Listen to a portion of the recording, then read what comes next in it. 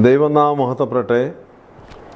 കർത്താവിനാൽ അനുഗ്രഹിക്കപ്പെട്ടവരെ, മലങ്കര സഭയുടെ 5 പള്ളികളും ഒരു കുരിശു പള്ളിയും സംബന്ധിച്ച് ബഹുമാനപ്പെട്ട കേരള ഹൈക്കോടതി ഡിവിഷൻ ബെഞ്ച് പുറപ്പെടുവിച്ച ഒരു വിധി,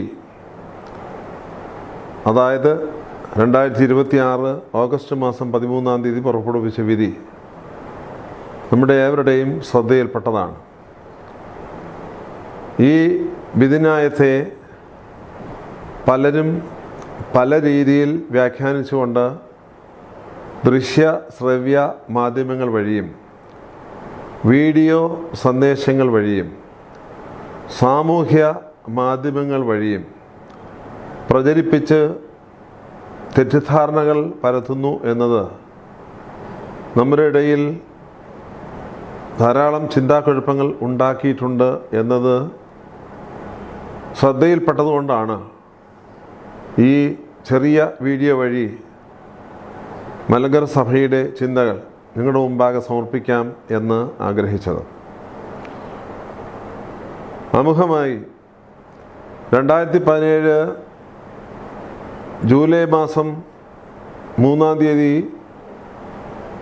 3 പള്ളികളെ സംബന്ധിച്ചും തൊട്ടു പിന്നാലെ കട്ടച്ചിറപ്പള്ളിയെ സംബന്ധിച്ചും അതിനു പിന്നാലെ കണ്ടനാട് പള്ളിയെ സംബന്ധിച്ചും ഭാരതത്തിൻ്റെ പരമോന്നത നീതിപീഠം വിധിന്യായങ്ങൾ പ്രസ്താവിച്ചിട്ടുള്ളതും ആ വിധിന്യായങ്ങളുടെ അടിസ്ഥാനത്തിൽ നമ്മുടെ സഹോദരങ്ങളായ പാത്രിക്കീസ് പക്ഷം കൊടുത്തതായ അപ്പീലുകളിലും കുറേറ്റീവ് പെറ്റീഷനും എല്ലാം തീർച്ചയായും കൃത്യമായ മറുപടി നൽകിയിട്ടുള്ളതും എല്ലാം നമുക്ക് അറിയാവുന്ന വസ്തുതയാണ്.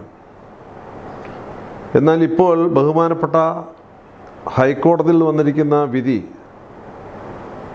ബഹുമാനപ്പെട്ട സുപ്രീം കോടതിയിൽ വന്നിരിക്കുന്ന വിധിന്യായങ്ങളെ മുഴുവനും അട്ടിമറിക്കുന്ന രീതിയിലാണ് എന്ന, അല്ലെങ്കിൽ അവയെ മുഴുവൻ ഓവർകം ചെയ്ത് പോകുന്നതാണ് എന്ന ഒരു ചിന്ത എങ്ങനെയൊക്കെയോ നമ്മുടെ ആളുകളുടെ ഇടയിൽ പ്രചരിപ്പിക്കുന്നതിൽ ചിലരെങ്കിലും വിജയിച്ചു നിൽക്കുന്നു എന്നത് ഒരു യാഥാർത്ഥ്യമാണ്. ബഹുമാനപ്പെട്ട സുപ്രീം കോടതിക്ക് മീതെയാണ് ഹൈക്കോടതി എന്ന ചിന്ത വരെ ചിലരെങ്കിലും അവരുടെ പ്രസ്താവനകളുടെ പറയുന്ന രീതിയിൽ ശ്രദ്ധിക്കുവാനായിട്ട് ഇടയായി. ഇതുതന്നെയാണ് പലരുടെയും സന്തോഷത്തിൻ്റെയും മറ്റു പലരുടെയും ആശങ്കകളുടെയും കാരണമായി നമ്മുടെ മുമ്പാകെ വന്നിരിക്കുന്നത്. ഈ 6 പള്ളികളെ സംബന്ധിച്ച്, അതായത് 5 പള്ളികളും ഒരു കുരിശു പള്ളിയും സംബന്ധിച്ച് മലങ്കര സഭ ബഹുമാനപ്പെട്ട ഹൈക്കോടതിയിൽ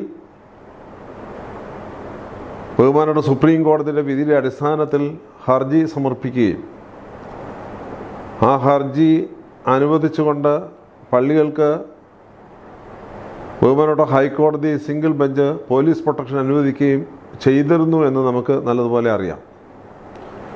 എന്നാൽ നമ്മുടെ സഹോദരങ്ങളായ പാത്രിക്കീസ് വിഭാഗം അതിനെതിരെ അപ്പീൽ നൽകി എന്നത് ബഹുമാനപ്പെട്ട ഹൈക്കോടതി ഡിവിഷൻ ബെഞ്ച് പരിഗണിക്കുകയും ആ അപ്പീൽ സ്വീകരിച്ചുകൊണ്ടാണ് ഇപ്പോഴുള്ള വിധി പ്രസ്താവം ഉണ്ടായിരിക്കുകയും ചെയ്യുന്നത് എന്നതും ഒരു യാഥാർത്ഥ്യമാണ്.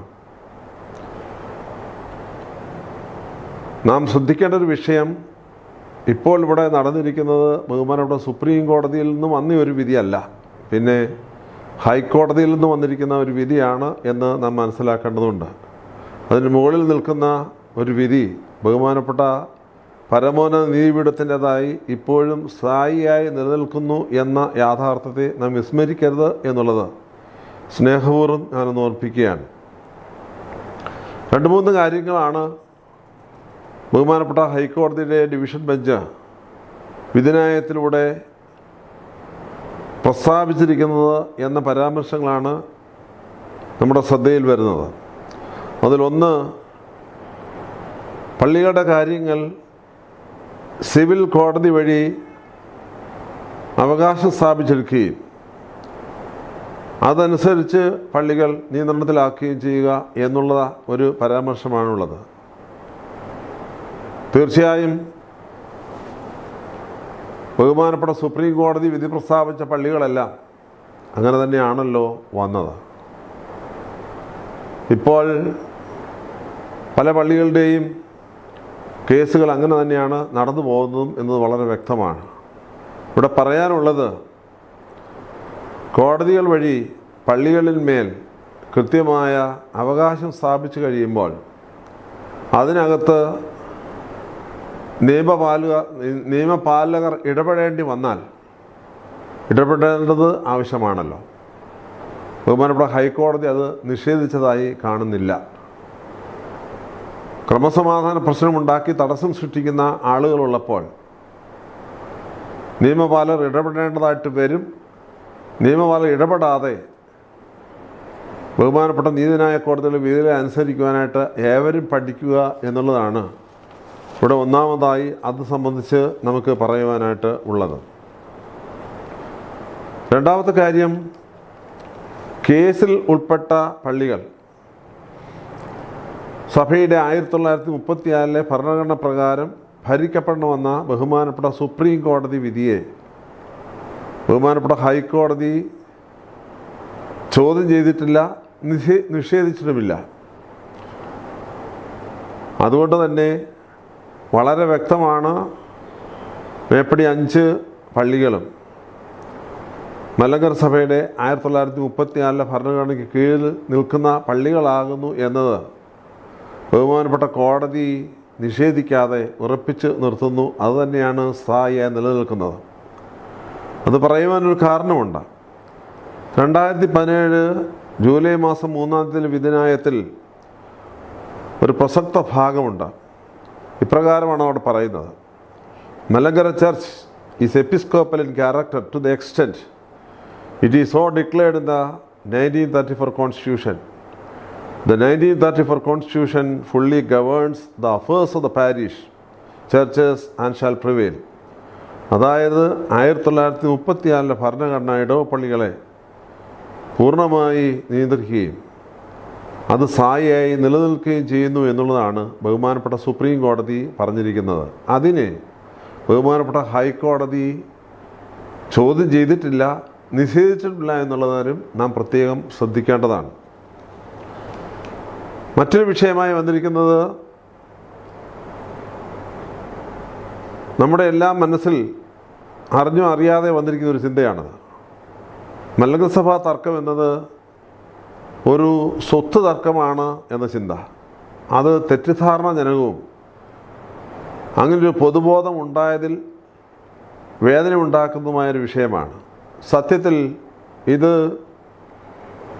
സ്വത്ത് തർക്കമല്ല, പള്ളി വസ്തുക്കളിന്മേലുള്ള അവകാശ തർക്കവുമല്ല എന്നതാണ് യാഥാർത്ഥ്യം. സഭയുടെ പൊതു ട്രസ്റ്റിൽ ഉൾപ്പെട്ട പള്ളികളുടെ ഭരണക്രമം ബഹുമാനപ്പെട്ട സുപ്രീം കോടതി അംഗീകരിച്ചിരിക്കുന്ന സഭാ ഭരണഘടന പ്രകാരം നിയന്ത്രിച്ച് മുന്നോട്ട് പോകണം എന്നുള്ളതാണ് ഇവിടെ പ്രധാന വിഷയമായിട്ടുള്ളത്. അതല്ലാതെ സ്വത്തുക്കളിന്മേലുള്ള തർക്കമോ അവകാശമോ ഒന്നും ആരും ഇവിടെ പറയുന്നില്ല. തീർച്ചയായും 1934 കോൺസ്റ്റിറ്റ്യൂഷൻ അനുസരിച്ച് നിയമിക്കപ്പെട്ടിരിക്കുന്ന ഇടവ മെത്രാപ്പോലീത്തന്മാരാൽ നിയമിക്കപ്പെടുന്ന വൈദികരാൽ വേണം മലങ്കര സഭയുടെ പള്ളികളെല്ലാം ഭരിക്കപ്പെടുവാനും നയിക്കപ്പെടുവാനും എന്നുള്ളത് ബഹുമാനപ്പെട്ട സുപ്രീം കോടതി പറഞ്ഞിരിക്കുന്ന നിയമമാണ്. അതുകൊണ്ട് ഒരു പൊതു ട്രസ്റ്റിൻ്റെ ഭാഗമായി നിൽക്കുന്ന പള്ളികളിൽ ആ ട്രസ്റ്റിൻ്റെ ഭരണഘടനയ്ക്ക് വിരുദ്ധമായി പ്രവർത്തിക്കുന്ന ആരെങ്കിലും ഉണ്ടെങ്കിൽ എല്ലാവരും അത് അംഗീകരിച്ച് മുന്നോട്ട് പോകണം എന്നുള്ളതാണ് നിയമമായിട്ടുള്ളത്. അതിന് വിരുദ്ധമായി നിൽക്കാൻ ആഗ്രഹിക്കുന്നവർ അവർ സ്വയമേവ പുറത്തു പോകുന്നതല്ലേ നല്ലത് എന്ന് ഗൗരവത്തോടെ നാം ചിന്തിക്കണം എന്നുള്ളതാണ് എനിക്ക് പ്രത്യേകമായിട്ട് ഓർമ്മിപ്പിക്കാനായിട്ട് ഉള്ളത്. മറ്റൊരു പ്രധാനപ്പെട്ട കാര്യം, സഭാതർക്കം പരിഹരിക്കുന്നതിന് വേണ്ടി ബഹുമാനപ്പെട്ട സർക്കാരിന് ഇടപെടാം എന്നുള്ള ഒരു പരാമർശമുണ്ട്. ഇപ്പോൾ നിലവിലുള്ള ബഹുമാനപ്പെട്ട കേരള സർക്കാർ ചുമതലയിൽ വന്ന സമയത്ത് തന്നെ മലങ്കര സഭയുടെ തർക്കം രമ്യമായി പരിഹരിക്കാനുള്ള ശ്രമങ്ങൾ നടത്തുമെന്ന് പലയിടങ്ങളിൽ പല പ്രാവശ്യമായി പ്രസ്താവിച്ചു കഴിഞ്ഞു. ബഹുമാനപ്പെട്ട കോടതിയോടും അത് പറഞ്ഞു എന്നാണ് ഞാൻ മനസ്സിലാക്കുന്നത്. തീർച്ചയായും മലങ്കര സഭ ഇപ്പോഴത്തെ സർക്കാരിനോടും ഇതിന് മുന്നമേ ഉണ്ടായിട്ടുള്ള സർക്കാരുകളോടും എല്ലാം കൃത്യമായും അതിനോട് തികഞ്ഞ പോസിറ്റീവായിരിക്കുന്ന സന്തോഷപൂർവ്വമുള്ള ഒരു സമീപനമാണ് കാണിച്ചിട്ടുള്ളത്. എന്നാൽ ഇവിടെ പ്രത്യേകമായി ശ്രദ്ധിക്കേണ്ടത്, ചർച്ചകൾ നടത്തുമ്പോൾ വന്ന വഴി മുഴുവനും മറന്നു വെച്ചിട്ട് ചർച്ച നടത്താനായിട്ട് പറ്റുകയില്ല എന്നുള്ള ഒരു യാഥാർത്ഥ്യമുണ്ട്. ഈ തർക്കങ്ങൾ വന്ന വഴികളും അത് സംബന്ധിച്ച് ബഹുമാനപ്പെട്ട നീതിന്യായ കോടതികൾ നൽകിയിരിക്കുന്ന വിധിന്യായങ്ങളും എന്ന് കൃത്യമായി മനസ്സിലാക്കി ചർച്ചകൾ നടത്തി രമ്യമായി പരിഹരിക്കുകയും പരസ്പരം അനുരഞ്ജനപ്പെട്ട് സമാധാനം പ്രാപിച്ച് ഐശ്വര്യത്തോടെ മുന്നോട്ട് പോകാനായിട്ട് ശ്രദ്ധിക്കുകയും വേണം എന്നുള്ളതാണ് സഭ അനുശാസിക്കുന്നത്, ആഗ്രഹിക്കുന്നത്. അങ്ങനെ തന്നെ ആകട്ടെ എന്ന് പ്രത്യേകമായി പ്രാർത്ഥിക്കുന്നു. ബഹുമാനപ്പെട്ട സർക്കാർ നടത്തുന്ന അപ്രകാരമുള്ള ശ്രമങ്ങളോട് മലങ്കര ഓർത്തഡോക്സ് സുറിയാനി സഭ തികഞ്ഞ പോസിറ്റീവ് സമീപനം, സഹകരണം ഉണ്ടാകും എന്നുള്ള കാര്യം വീണ്ടും ഞാൻ ഉറപ്പിച്ച് പറയുന്നു. മറ്റൊരു പ്രധാനപ്പെട്ട കാര്യം, ക്രമസമാധാന പ്രശ്നമുണ്ടെങ്കിൽ നിയമനിർമ്മാണം വരെ നടത്താം എന്ന് പറയുന്ന ഒരു പരാമർശം കോടതി വിധിയിൽ ഉണ്ട് എന്നുള്ളതാണ്. ഈ ഒരു പരാമർശം നമ്മൾ പലരെയും സന്തോഷിപ്പിക്കുകയും പലരെയും ആശങ്കപ്പെടുത്തുകയും ചെയ്യുന്നു എന്നുള്ളത് ഒരു യാഥാർത്ഥ്യമാണ്. ഇവിടെ പ്രധാനമായിട്ട് ചിന്തിക്കാനായിട്ടുള്ളത്, ഭാരതത്തിൻ്റെ പരമോന്നത നീതിപീഠം പകർന്നു നൽകിയ വിധികൾ ധാരാളമുണ്ട്. ആ വിധികൾക്ക് ഉള്ളിൽ നിന്നുകൊണ്ട് എന്ത് നിയമവും ഉണ്ടാക്കിയാൽ മലങ്കര ഓർത്തഡോക്സ് സുറിയാനി സഭ അതിനോട് ചേർന്ന് നിൽക്കും എന്ന കാര്യത്തിൽ യാതൊരു സംശയവും വേണ്ട. എന്നാൽ തർക്കങ്ങളുടെ വഴിത്താരകളും നീതിന്യായ കോടതിയിൽ നിന്ന് വന്നിരിക്കുന്ന നിയമങ്ങളും മലങ്കര സഭയുടെ ഭരണഘടനയും മാറ്റിവെച്ചുകൊണ്ട് ചർച്ചകളിലൂടെ സമന്വയം ഉണ്ടാക്കാമെന്ന് ആരെങ്കിലും കരുതിയാൽ അത് മിഥ്യാധാരണയായിരിക്കും. അങ്ങനെയുള്ളവർക്ക് വേണ്ടി നിയമനിർമ്മാണം ഉണ്ടാക്കിയാൽ കേരളത്തിൽ സ്ഥിരമായി നിയമനിർമ്മാണങ്ങളുടെ പരമ്പര തന്നെ ഉണ്ടാകാനുള്ള സാധ്യതകളാണ് വഴിതെളിഞ്ഞ് വരുന്നത്. അതുകൊണ്ട് ബഹുമാനപ്പെട്ട ഹൈക്കോടതി പറഞ്ഞിരിക്കുന്ന കാര്യങ്ങളെ വികലമായി വ്യാഖ്യാനിക്കാതെ വ്യക്തമായി വ്യാഖ്യാനിക്കാനും അവയോട് ചേർന്ന് നിൽക്കാനും നമുക്കിടയാകണം എന്നുള്ളതാണ് ബലഹീനായ എനിക്ക് സഭയ്ക്ക് വേണ്ടി നിങ്ങളെല്ലാവരോടും ഓർമ്മിപ്പിക്കാനുള്ളത്. നിയമം അനുസരിക്കുന്നവർക്ക് വേണ്ടിയായിരിക്കണം നിയമനിർമ്മാണം നടത്തേണ്ടത്.